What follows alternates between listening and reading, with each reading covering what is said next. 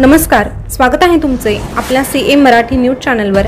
आज पुन्हा एकदा एक नवीन माहिती घेऊन तुमच्यासाठी सज्ज झालो आहोत। एका घटनेनं पुणे हादरला आहे। विवाहित प्रेयसीच्या घरात अर्ध्या रात्री प्रियकर शिरला आणि पतीला त्याची कुणकुण लागताच पुढे जे काही घडलं ते अतिशय भयानक आहे।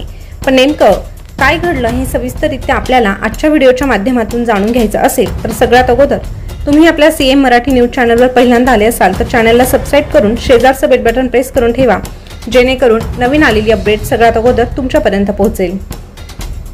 पुण्यात पतीची पत्नी आणि प्रियकराकडून हत्या केल्याचा धक्कादायक प्रकार समोर आला आहे।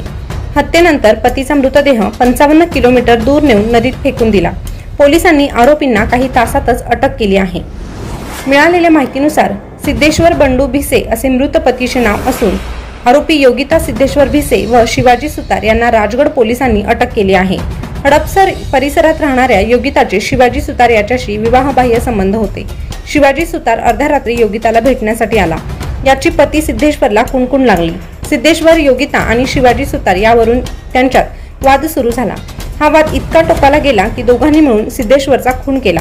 मृतदेह पोत्यात कोंबला आणि रात्री 1:30 वाजता स्कूटरवरून पुणे सातारा रोज असणाऱ्या सारोळ्याला नेला आणि नदीत फेकून दिला। पोलिसांनी शर्टाच्या टेलर टॅगवरून मृतदेहाची ओळख पटवली आणि 8 तासातच आरोपींना अटक केली। या प्रकरणी राजगड पोलीस पुढील तपास करत आहे। या भयंकर कृत्याबाबत तुमच्या काय प्रतिक्रिया आहे हे कमेंटद्वारे नक्की कळवा। अशाच नवीन ताज्या घडामोडी पाहण्यासाठी आपल्या सीएम मराठी न्यूज चॅनलला सबस्क्राइब देखील आवर्जून करा। पुन्हा भेटूया नवीन ताज्या घडामोडींसह। धन्यवाद।